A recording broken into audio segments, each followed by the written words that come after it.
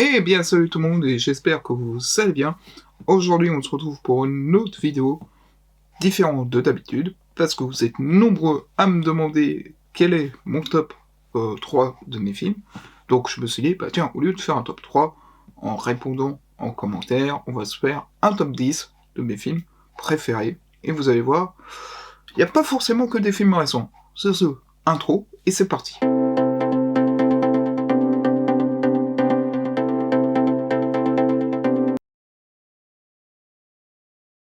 Donc, on commence avec le top 10, avec The Warlord 1965. Alors, pourquoi je mets The Warlord? Tout simplement parce que, quand j'étais jeune, j'étais passionné de médiéval. Donc, il y en a deux, en termes de films médiévaux, que j'ai regardé, comme pas possible. Et The Warlord fait partie de ceux-là. Alors, l'inconvénient, c'est que les effets spéciaux ne sont pas terribles, on est d'accord.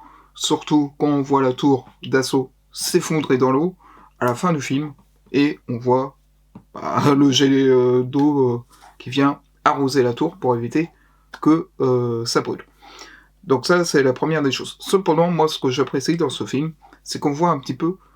Ce que j'apprécie dans ce film, c'est qu'on voit toutes les caractéristiques de l'époque médiévale. C'est-à-dire les serfs, on voit les corvées, on voit les droits des seigneurs, on voit également les combats, et aussi les différents engins de siège. Donc c'est pour ça que je me dis, The Warlord de 1965, il fallait que je le mette en top 10.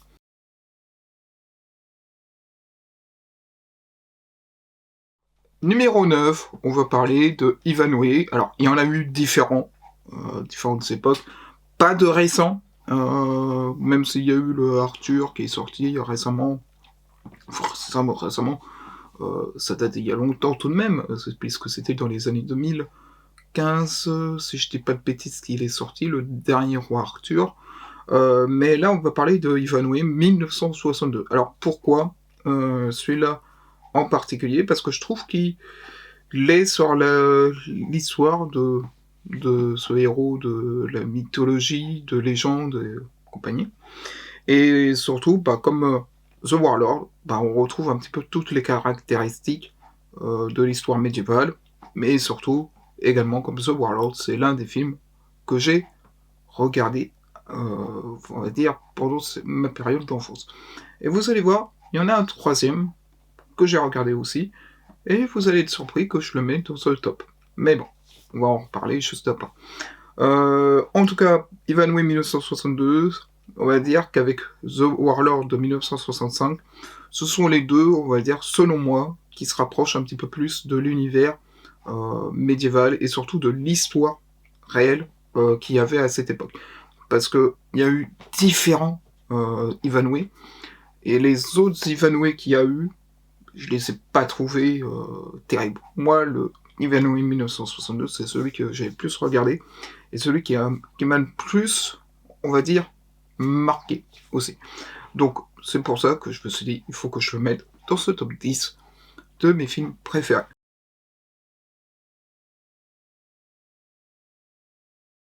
Donc, numéro 8, on va parler de Danse avec les loups. Alors, j'aurais pu vous parler d'autres films western, etc. Mais Danse avec les loups, pourquoi Tout simplement parce qu'on va suivre l'histoire d'un soldat américain pendant la guerre de sécession, et qui va vouloir aller à la rencontre des peuples indigènes, et du coup voir leurs coutumes, etc. Et ce film est, on va dire, historique, mais aussi, je sais pas comment pourrais-je dire, c'est surtout l'univers qui m'avait interpellé. C'est l'un de ces trois films, justement, que je vous disais, que j'ai plus regardé durant mon enfance. Et certes, c'est pas des films avec des effets spéciaux de fou furieux, mais juste par la caractéristique, par le fait que ça respecte l'historique. Ce sont des films qui sont, selon moi, un peu sous-cotés et qu'il faut regarder absolument. Et donc, du coup, si vous n'avez pas regardé ces trois-là, je vous invite à aller les regarder tout de même, et vous comprendrez pourquoi. Sur ce, on passe au 7, et là on va rentrer dans des films d'actualité.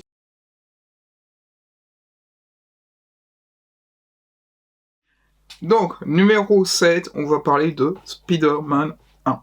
Alors, je vais pas parler, c'est pas le Spider-Man The Amazing, ni le Spider-Man de Tom Holland. Je parle bien du tout premier, alors je ne me rappelle plus le nom de l'acteur. Mais pourquoi Spider-Man 1, je le mets dans ce top 7 par rapport aux deux autres qui sont sortis encore plus récemment que celui-là. Tout simplement parce que selon moi, c'est celui qui respecte le plus l'histoire du Spider-Man. C'est-à-dire, on voit la mort de l'oncle Ben, on voit comment Spider-Man ou le Peter Parker acquiert les pouvoirs, on voit comment il évolue au fil des films, etc. Alors certes, le dernier film, le Spider-Man 3, je l'avais pas trouvé terrible, contrairement au 1 ou au 2, mais on va dire que on voit l'évolution du personnage, alors que sur les deux autres, Spider-Man, on voit aussi l'évolution, mais on voit pas trop quand ils acquièrent les pouvoirs de l'araignée. Tom Holland, on le voit déjà avec ses pouvoirs de super-héros, avec Avenger. Non, c'est Avenger Civil War. Voilà. J'allais dire Infinity, mais non. C'est avec Civil War qu'on le voit déjà avec ses pouvoirs. Et je dois dire que l'attente mais que l'on a dans ce film-là, est bof.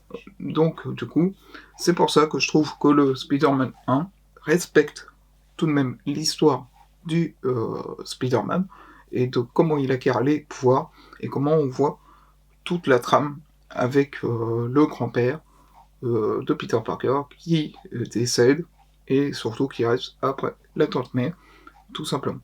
Allez, on passe au numéro 6.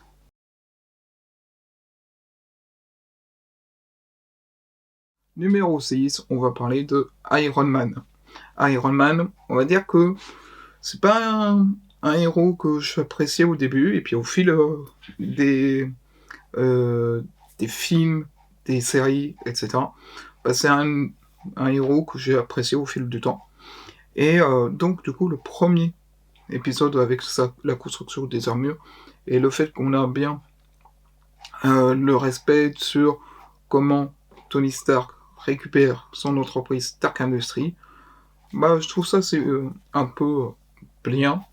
Et donc, du coup, c'est pour ça que je voulais mettre Iron Man numéro 1 en termes de film.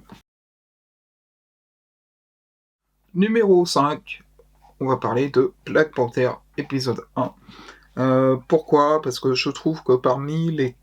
Je crois qu'il y en a eu 3 de Black Panther qui sont sortis. Et je trouve que le numéro 1 est, on va dire, celui qui est le plus stylé, le plus proche de l'histoire également du Black Panther. Et surtout l'hommage qui a été rendu à aussi à l'acteur qui joue Black Panther. Alors je ne m'en rappelle plus du nom exact, je vous mettrai en description. Mais je trouve que ce film-là, il est assez fun à regarder et puis surtout il est sublime en termes de la colorimétrie. Et moi qui essaye d'avoir un petit peu euh, de la colorimétrie sur les vidéos pour pas que vous ayez un peu trop un truc blanc sur les images, que vous ayez vraiment de la colorimétrie, je trouve que au niveau des couleurs, bah, ça pète. Alors, c'est vrai, j'aurais pu le mettre dans le top 4 également, mais vous allez voir qu'il y en a un autre. Ils sont à peu près au même niveau. C'est comme The Warlord et Ivanhoe. Ces deux-là, ils sont au même niveau. Donc, Black Panther et le numéro 4. Donc, voilà. On va passer au numéro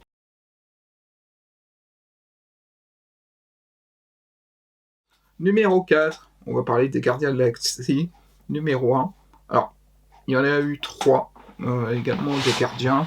J'aurais pu parler des 3 autres aussi parce que ils sont toujours aussi fun à regarder. Ils sont toujours pas, ça explose de partout en termes de couleurs. Mais du coup, je voulais vous le mettre tout de même parce que celui-là, c'est celui avec lequel j'ai plus rigolé quand avec leurs blagues à la con, les mises en scène, etc. Et donc, du coup, je me suis dit, même si c'est un Marvel, on a de quoi passer de bons moments sur ce film-là. Et donc, du coup, c'est pour ça que je voulais vous le mettre en top 4. Allez, on passe maintenant au top 3 de mes films préférés.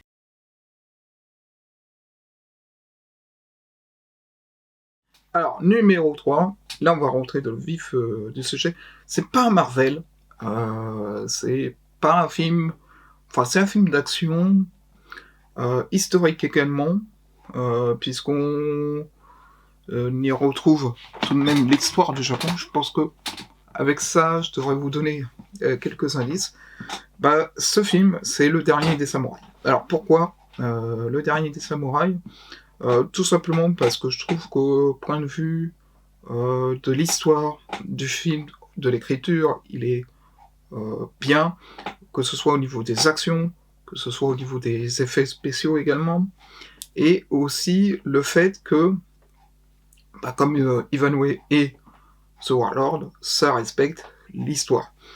Puisque vous vous rappelez, au Japon, il y avait les samouraïs, l'empereur qui leur donnait des ordres, et lors de la Première et Seconde Guerre mondiale, les samouraïs ont été un petit peu effacés au profit de l'armement industriel de la Première et de la Seconde Guerre mondiale.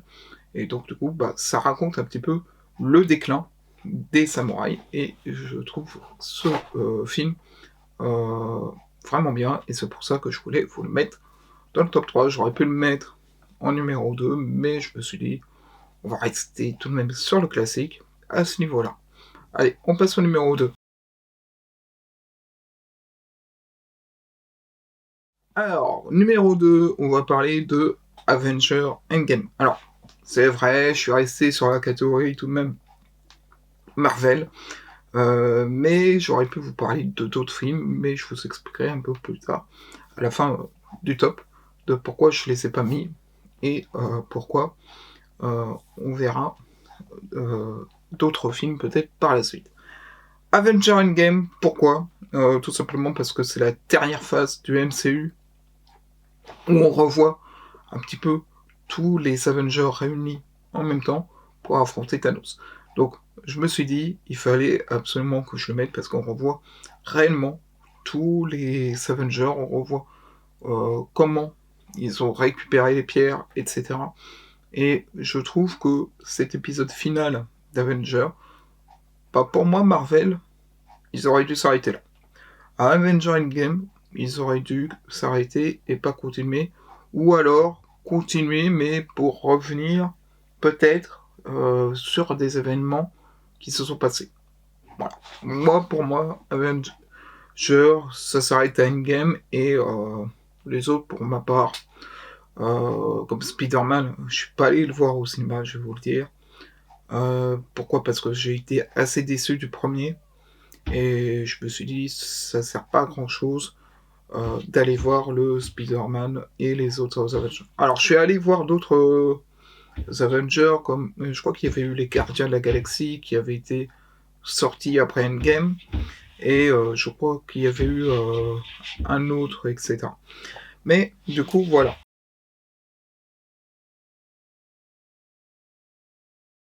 Eh bien, tout le monde, on se retrouve pour le numéro 1 de mes films préférés. Et bien évidemment, vous me connaissez, je pense que l'univers qu'il y a derrière moi en Lego, ça parle de lui-même, ou même avec les posters. Donc je ne pouvais pas parler de cet univers-là sans le mentionner et le mettre en numéro 1, à savoir l'univers Star Wars. Et c'est vrai, il y a des films Star Wars qui sont moins bien que d'autres. C'est-à-dire par exemple Star Wars épisode 2, qui est selon moi l'un des moins bien réussis, mais avec les épisodes 7, 8, 9, qui sont une daube selon moi. Donc du coup, on va dire qu'il est moins pire que les 7, 8, 9. Mais selon moi, il y en avait 4 qui pouvaient sortir de l'eau, que j'aurais pu mettre en top 1. Mais étant donné que je suis un grand fan de la guerre des clones, et, on va dire, de The Clone Wars. Donc, je ne pouvais pas le mentionner avec ce fameux ordre 66. Vous aurez bien compris, celui que j'ai décidé de mettre en top 1, c'est Star Wars épisode 3, La Revanche des Sith. Alors, c'est un film que je suis allé voir au cinéma, et à sa sortie en 2005, si je dis pas de bêtises, avec un ami, et son frère. Donc, du coup, je pouvais pas le mettre sur ce top. Pourquoi? Parce que j'en ai parlé, je crois, sur ma chaîne secondaire Malawar, où on a la plupart du temps, ceux qui ont regardé Star Wars, qui ont mon âge, on a plus grandi avec la période The Clone Wars. Donc, c'est-à-dire The Clone Wars saison 1, The Clone Wars saison 2, jusqu'à la 7, avec le film The Clone Wars, que vous pouvez voir en affiche, juste derrière, à côté du cadre, là, ici. Donc, je me suis dit, je pouvais pas parler de l'épisode 3, La Revanche des Sith. Alors, maintenant que ce top 10 est fait, on va revenir sur d'autres films également. J'aurais pu parler des Avatar, j'aurais pu parler des Harry Potter, j'aurais pu parler de d'autres films, des Transformers, des DC et compagnie. Mais je me suis fait la réflexion, quels sont les films que tu as vraiment apprécié, que tu as vraiment regardé à fond, etc. Et je me suis dit, bah ceux-là, ce sont vraiment les 10 que j'ai le plus regardé, le plus apprécié, avec lesquels j'ai le plus rigolé. Et pourquoi j'ai décidé de vous le faire, c'est tout simplement, comme je vous l'ai dit au début de la vidéo, bah, beaucoup me demandaient, ouais, bah là, c'est quoi ton top 3 ou ton top 10 des films? Donc je me suis dit, bah, on va en faire une vidéo. Alors, petite parenthèse aussi pour la semaine prochaine, il n'y aura pas de live semaine prochaine parce que je suis de l'après-midi, donc il n'y aura pas de live sur Twitch semaine prochaine. En tout cas, j'espère que la vidéo vous aura plu. Si c'est le cas, on se retrouve semaine prochaine pour une prochaine vidéo. N'hésitez pas à vous abonner, à laisser un pouce bleu et à commenter la vidéo. Je commente toujours vos commentaires. Et sur ce, je vous dis à la semaine prochaine. Bye tout le monde!